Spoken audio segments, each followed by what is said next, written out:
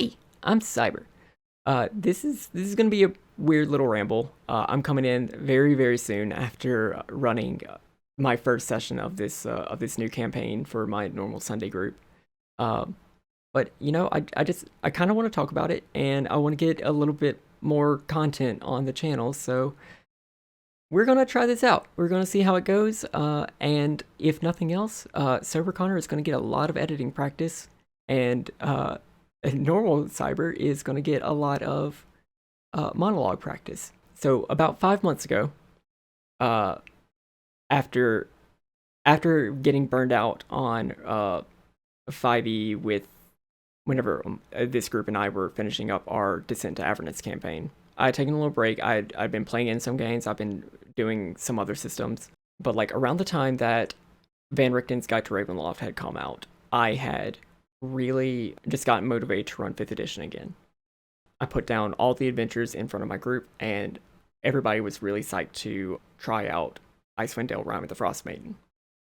But one thing that I like to do as a GM is I like converting these things into the Critical Role setting of Exandria, just because that's the one that I'm most comfortable with, the one that I know the most about, and just the one that I'm most excited about, which that really scared me whenever we landed on this adventure, because there's one very specific region that it made sense to run Icewind Dale in, and that is Eiselcross,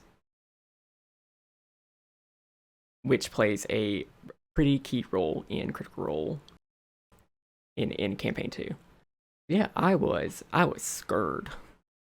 So I took some time to like really think about like how to make sense of the campaign. Schedules got weird, and here we are 5 months later, just running the first session. So we actually haven't gotten into the Rime of the Frostmaiden stuff yet.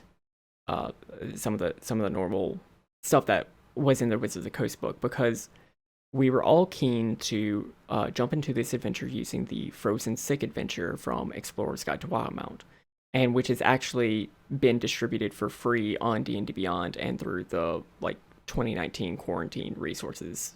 So I'll talk a little bit more about the like actual Rime of the Frostmaiden stuff later. It's if you're jumping into this to like figure out how I'm doing like the Frostmaiden and everything in Exandria, spoiler alert, I'm not, but we can. I'll do more details of that later whenever we actually start talking about prepping that. For right now, uh, yeah, I'm just gonna talk about the characters, like the player characters, what everybody's doing, the setup for the adventure and how that went, and some of the like products and stuff that I'm using. Not sponsored or anything, just like, hey, I tried a couple of new products, and I tried prepping for the game and a little bit of it using some new products, and just my experience working with them. Maybe some of these will help, maybe some of them won't. This is just my experience running this game. So we have 4 player characters from my normal Sunday group. Let's start off with Nil. Nil is a half-orc rogue from around the Graying Wildlands area. Like, mom was an orc, dad was a drow who likely had some Kreen stuff going on, and sometime during his adventures smuggling between Uthadern and Shady Creek Run, he sort of maybe figured out that maybe his dad had something to do with some Dunamis experiments, or like something with the consecution beacons. So Neil is a rogue and is going to class into the Phantom Rogue? Yes, the Phantom Rogue.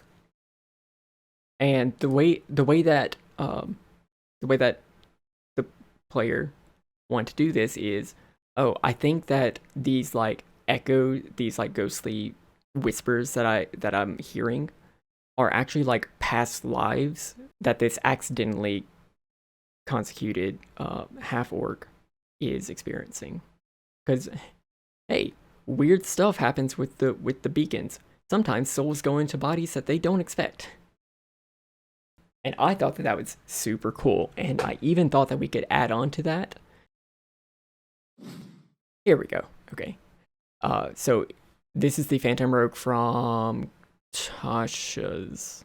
Yes, Tasha's Cauldron of Everything. Which I'm very interested in playing around with. But there is a dark gift from Van Richten's Guide to Ravenloft that really helps touch into these, and it's called the Gathered Whispers, where sometimes during the adventures, some of these like past lives of this, consecrated half orc are gonna speak to they're gonna come to the surface and speak to the character.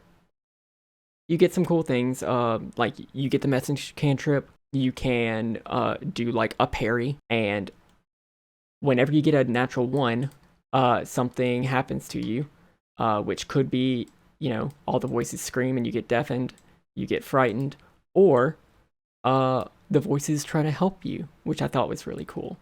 And it's always random. And I thought that, this isn't too much extra. I can go in D&D Beyond and make this a feat while the super cool universal system is still being worked on in the back end. It's not too bad. It's really just, hey, rogue, you can get an extra parry and you can use the message cantrip. I thought that was really cool, and the player agreed, and so we were just like, you know what, you're gonna get a dark gift, and I thought that was a really cool, like, bit of, line yap, little bit extra for that character. I'm really excited to see where all of that stuff goes. Next, let's talk about Darius. Darius is another character associated with the Kreen. He's a fighter and is eventually going to go into the Echo Knight Echo Knight archetype. So, more Dunamis, more Luxon stuff happening.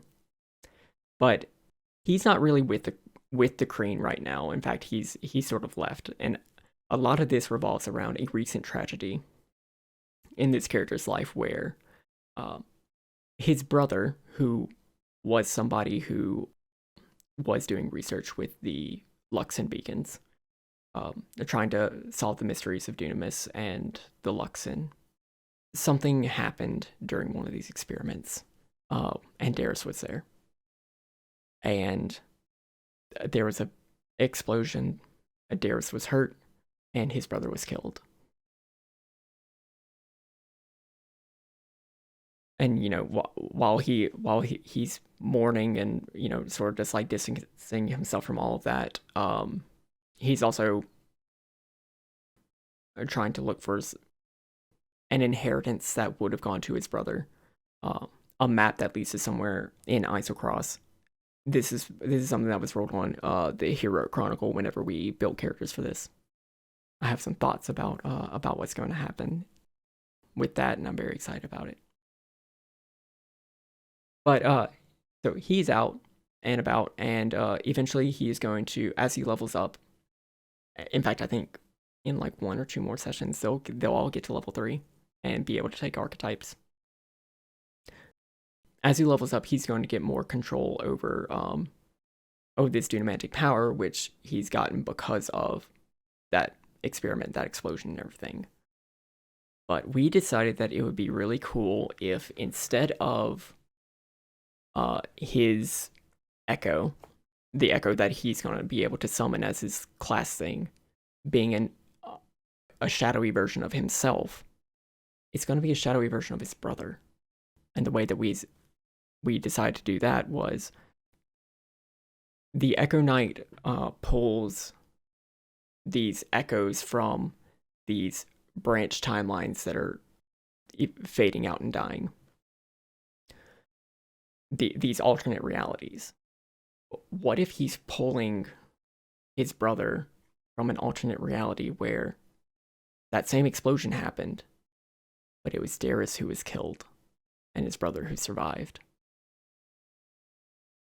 I thought that was really cool because where in some of the like Dunamis gone wrong stories that have come up in Critical Role and everything. Like one thing that can go wrong with these alternate echoes of being summoned into this timeline.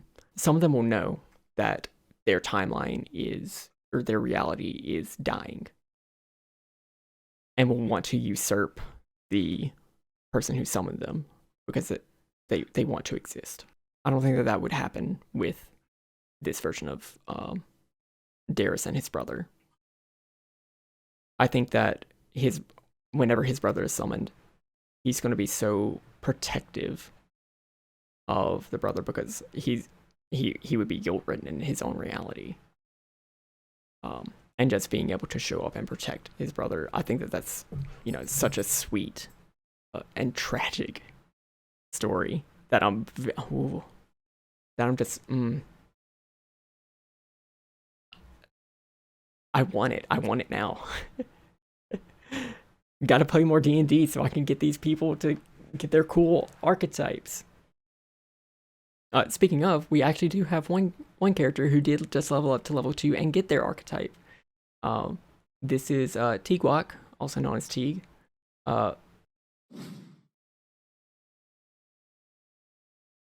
They are using a race from the Fairy Fire supplement from Astrologer Press. And they are what's known as a is it wildling or wildkin? Yeah, wildkin. There's a lot of stuff in Fairy Fire that I don't think is really makes sense outside of the Fairy Fire setting. But I thought that the story around this, just like being a lost boy, essentially, someone who was lost in the Feywild and just stopped aging because of that, it made a lot of sense. That was one of the archetypes that seemed very like you use it in any setting. It was very transferable. They're a lost boy that that had lived in the Feywild for a long time, but actually doesn't remember a lot of that time. As can happen whenever you leave the Feywild.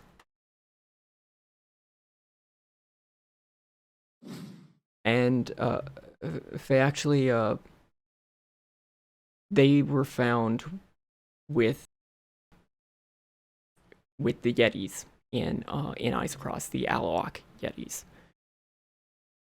The player had looked at the secrets in Eiselcross, or in Rime of the Frostmaiden, and saw that there was the littlest Yeti, and were very interested in that. Did not know a lot about Eiselcross, and so I was just like, hey, if we look at this, in Icewind Dale, this would just assume that you were raised by Yetis, and they would be like feral and everything, but it works. It's definitely a thing that you can do. But in Eiselcross, there's also like a whole society of like sentient Yetis that also could have found you. Which one are you more interested in? And they were like, yes, I want to do the Aloak Yetis, and I'm like, perfect. They are a druid.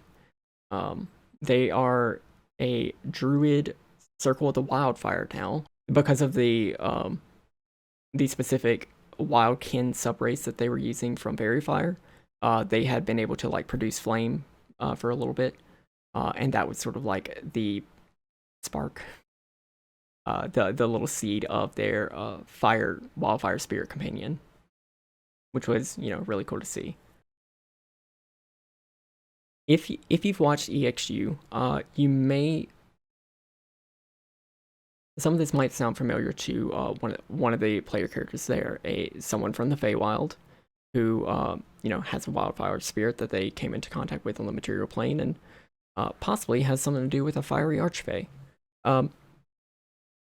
Yeah, but great minds think alike. This player actually hadn't seen EXU, so we're gonna make the story unique because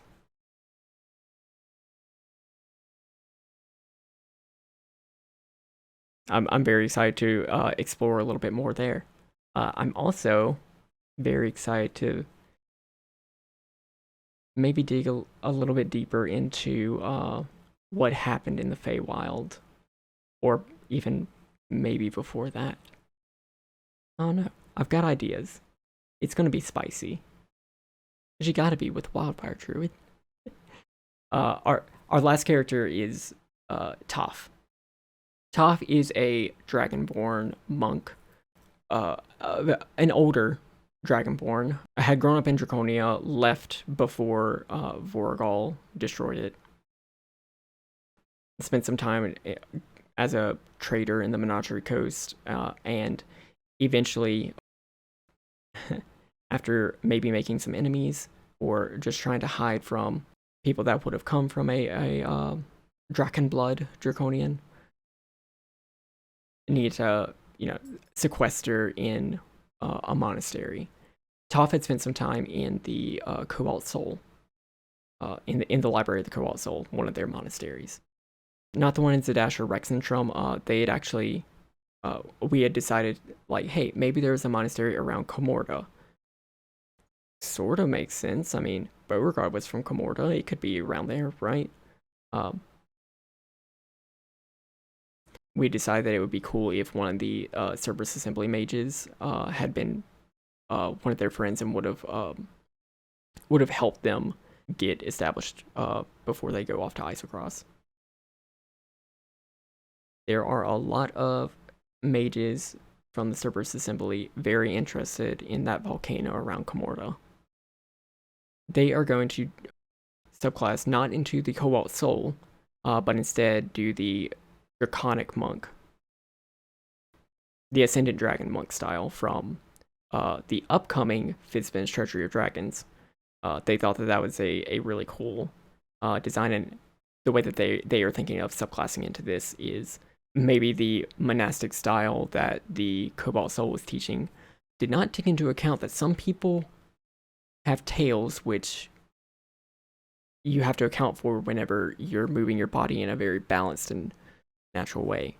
So they had really wanted to find a draconic scroll, a scroll that would help them better go through these sort of motions. And there was a very natural place to put it in the adventure that I was really taken aback by, and I'm very interested to see number one, what comes in Fizban's that can maybe make a draconic monk more more spicy. See what kind of plot threads we can establish around there. And I'm very excited to see where, as I continue studying this scroll and learning, because I do think that there is a very neat thread that we could put in Eiselcross down the line. So whenever I was preparing for this adventure, one thing that I had used a lot was Legend Keeper.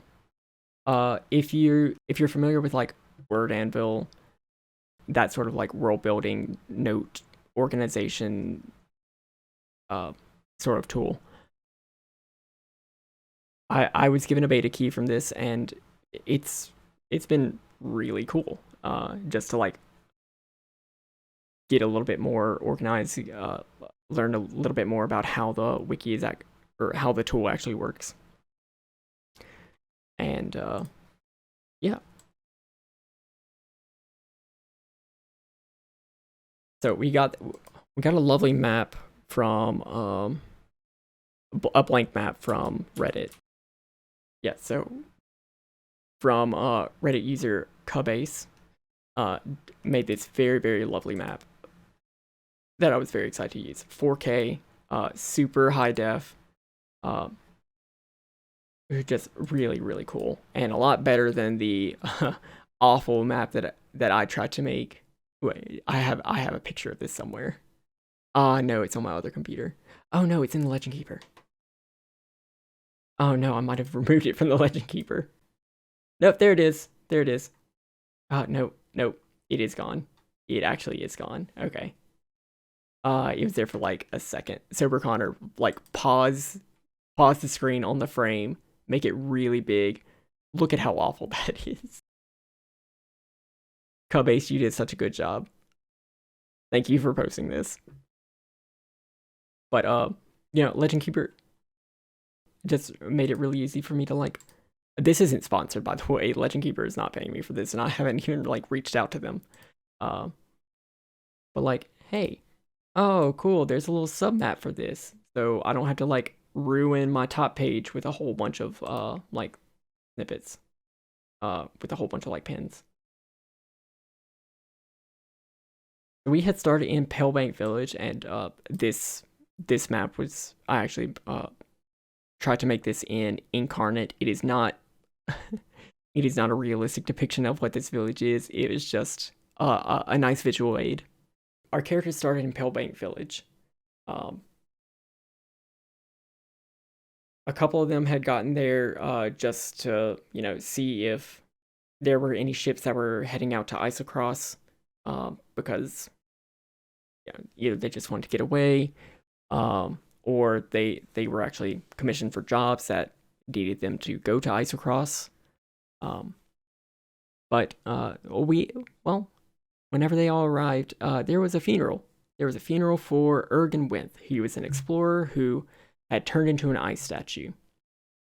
And so they spent the session at the behest of the town leader to try and figure out what this affliction was, because the town leader had noticed that somebody else, another dwarf called Tolji, had started showing symptoms of the same affliction.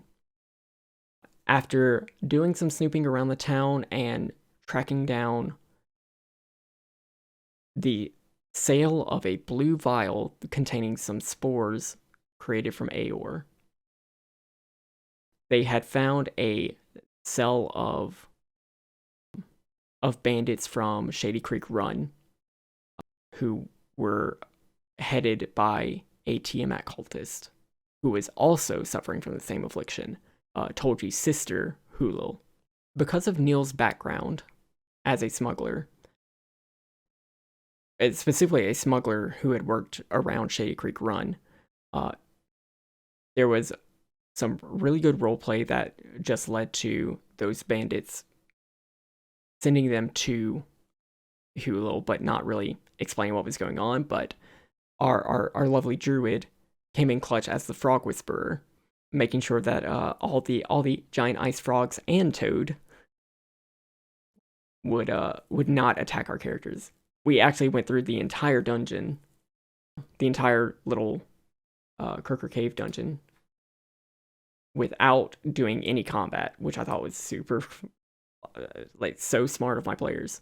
When talking with Hulil,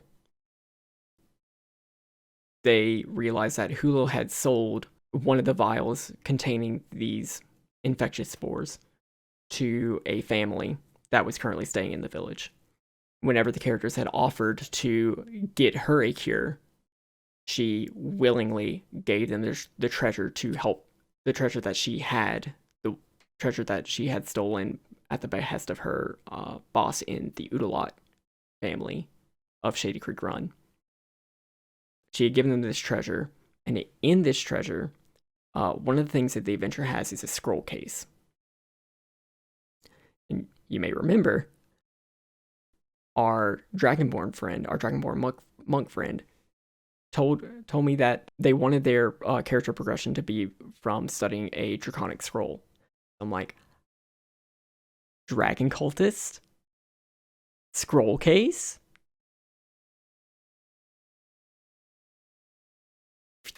And we just fit it right in there. And it was such a cool reveal.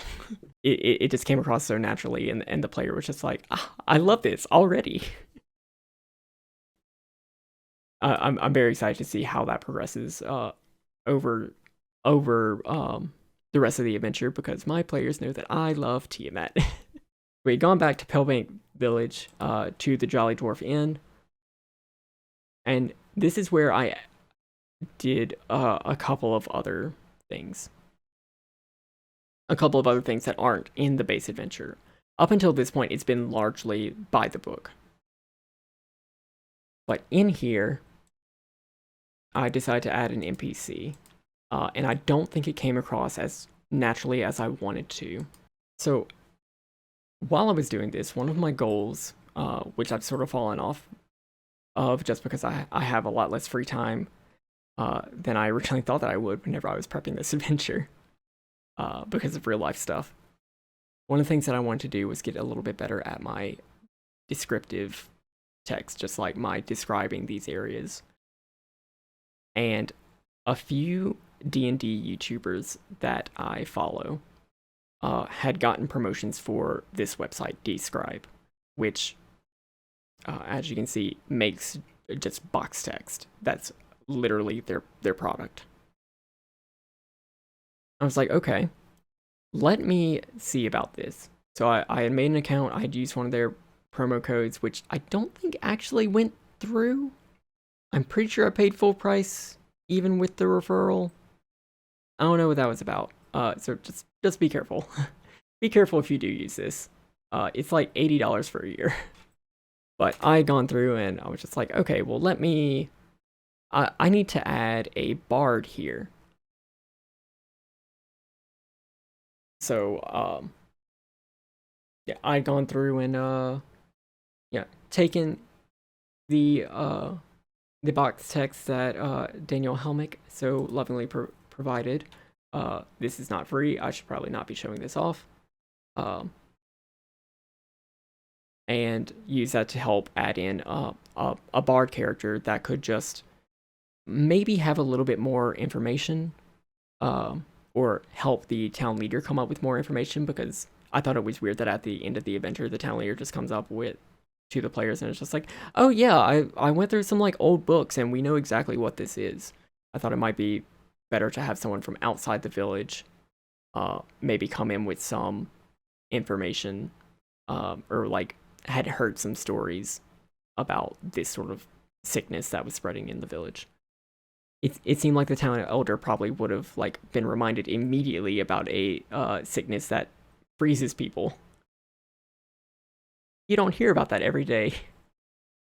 But I'd also wanted to introduce another character here, because one of the characters in their heroic chronicle, in their backstory, had rolled a prophecy that they would be enticed by the Golden Grin.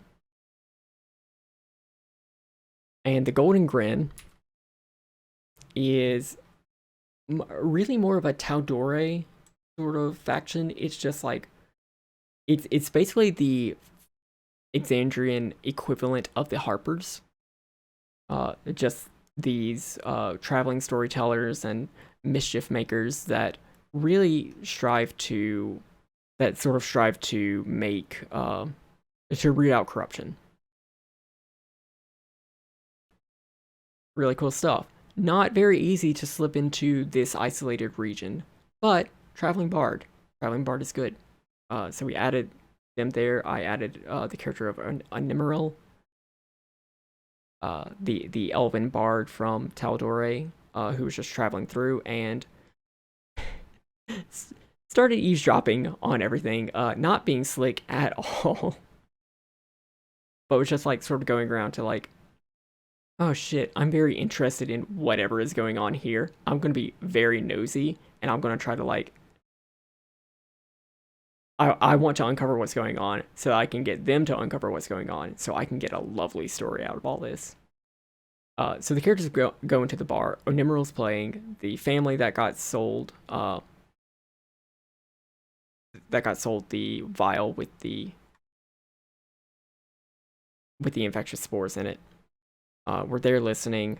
The characters go up to talk to them and sort of take one of Dad's aside and just been like, hey, you might die because there's this sickness going around, and I think it's from that vial, and oh shit, all of your family touched it. Oh yeah, we might need that right now so that we can try and figure out a cure, because nobody's found a cure yet, not that we know of. Oh shit.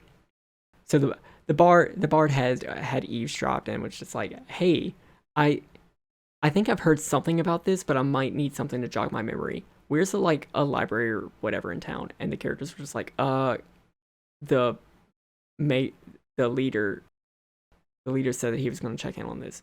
Like, okay, cool. I'm going to go check in on him. Let me I'm very interested in all this going on. I'm gonna go see if I can help him find an answer. And this was incredibly sus. And that was more of a fault of my own. Just because, like, it seemed like it was becoming very clear that this character was not meant to be here. Not meant to be in this part of the adventure at all. So they like tailed him as he went to go check in on the elder. The elder invited him in, and they had spent some time researching, and then immediately like got the characters who had tailed him to like come in and like, oh hey, we had actually figured out what this is. They're like stories from Eiselcross Adventures that, hey, this is a viral weapon that was developed by Aor, and there's not really a cure.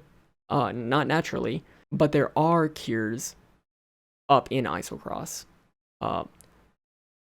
There have been people who found like these gold vials with a cure in them, and got better whenever they were suffering from this. If you want to cure the people currently infected in the village, which we're pretty sure is also going to include that family that you were just talking to who were touching it, which was a lovely family of 2 gay dads and their adopted tiefling daughters. Very sweet. Really don't want to bury our gays here. We need to get y'all to Eiselcross, like, now. Which, you know, fit into most of the characters' motives anyway. So, that's pretty much where we left off. Once our wildkin went to go get her Moorbounder, which she got from her hero chronicle. Faye was supposed to get a horse, but we had both thought that, like, oh, maybe it would be cooler if, like, you got a Moorbounder from Eiselcross, from Vormus. Very excited. So they went and got their mount named Kitty, and Darius, the Crane Drow, revealed that they were that he was carrying around a pseudo dragon from his hero chronicle. And they went to go board their boat. That's where we left off. Everybody leveled up to level 2 at that point. And yeah, it's gonna be spicy. I have a few things planned for the next time.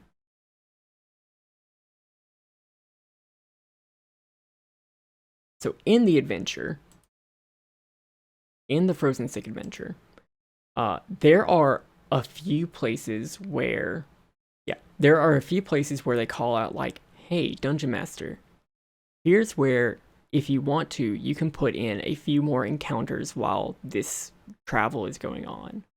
And I didn't want to just like do random encounters, and I didn't want the trip to be boring.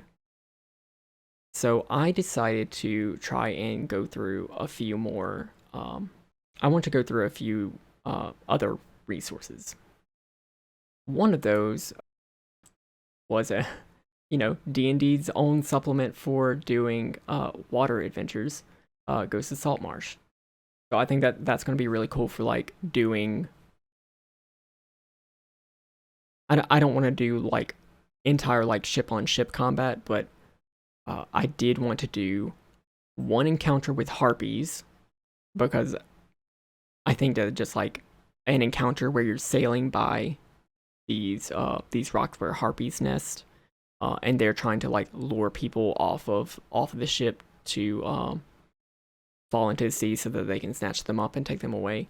I think that could be a very interesting and not necessarily quite as deadly. Like, I'm not expecting like, oh, we have to kill the harpies. Just like, oh, we need to keep people on the ship until we're out of their range. Because like the ship's going to be sailing fast. It might be like 5 rounds of combat before it just has to end, just because of how fast the ship is traveling. So I think that would be a cool encounter. But then there are a few hidden gems in here that I don't remember talking about or really seeing in any adventure that I think make a lot of sense specifically in this area. And one of those is, here, Eldritch Mist. So, if you know about Aor and Eiselcross, you'll know that wild magic is weird in that area, where just like because of the magical fallout of the catastrophe of Aor, there will be really weird magical effects. Magic just doesn't work correctly. Well, there's a really cool variant of fog introduced in Saltmarsh called Eldritch Mist, and one of the types of this Eldritch Mist specifically is Wild Magic Fog. We know how fog works. You encounter fog, it's gonna reduce visibility. It's probably gonna make your travel last a little bit longer. But with Wild Magic Fog, whenever a creature within the fog casts a first level spell, Wild Magic Surge happens. And I think that is such a cool thing to just like do as a one-off. Like, oh, Eldritch Mist is gonna roll through, and I have I think I only have one player who actively casts magic right now. But I think it would be really cool to just like have an encounter with some pirates. We gotta throw in some a boat-on-boat encounter somewhere along this voyage. And just while that's going on, just we have this wild magic fog rolling through that's gonna mess up some of the magic. And I think with this encounter, they'll also help rescue two NPCs, one from Balin Post and one from Vormus. And the one from Balin Post was actually supposed to. They were supposed to be the Dragonborn monks' contact. They were supposed to be Toph's contact for a job on Balin Post, and that's just so that they have a thread to go to Balin Post and not just stay in Serenia. But yeah, I'm really excited. I think that this is going to be cool. I think that the next session is going to largely just be these encounters at sea until they actually arrive in Serenia. And then the follow-up session is going to be them going to the location where they can find these cures. And from there, that's going to be the end of the adventure. And we can go into some of the more spicy Rime of the Frostmaiden content. Yeah. I hope that wasn't a completely garbled random mess, but yeah, that's what happened in D&D. I don't really know how to end this. Tune in the next time that I post one of these if you are interested in how this story is going. But until next time, bye!